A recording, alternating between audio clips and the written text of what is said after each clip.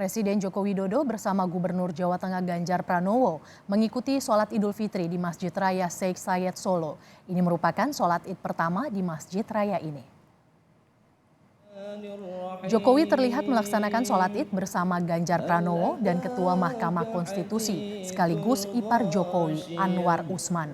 Mereka bertiga kemudian menempati saf pertama tepat di belakang imam.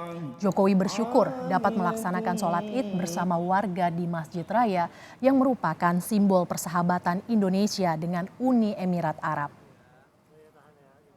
Hari ini memang ini adalah